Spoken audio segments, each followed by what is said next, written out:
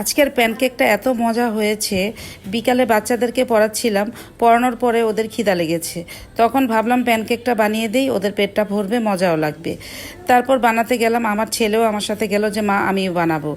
তারপর 1 কাপ ময়দা নিয়ে নিলাম, 1 কাপ ময়দা নিয়ে তাতে একটা ডিম দিয়ে দিলাম। আমি যেভাবে খুশি বানিয়ে ফেলেছি।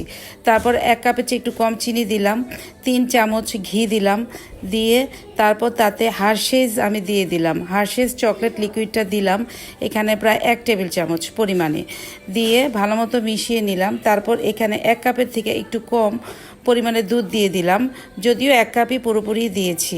ভালো মতো নাড়াচাড়া করে বেকিং পাউডার দিতে কিন্তু আমি ভুলে গেছি দিব্যি। তারপর বেকিং পাউডার দিয়ে দিলাম 1/2 চামচ পরিমাণে, দিয়ে ভালো মতো মিশিয়ে কিছুক্ষণের জন্য রেখে দিলাম।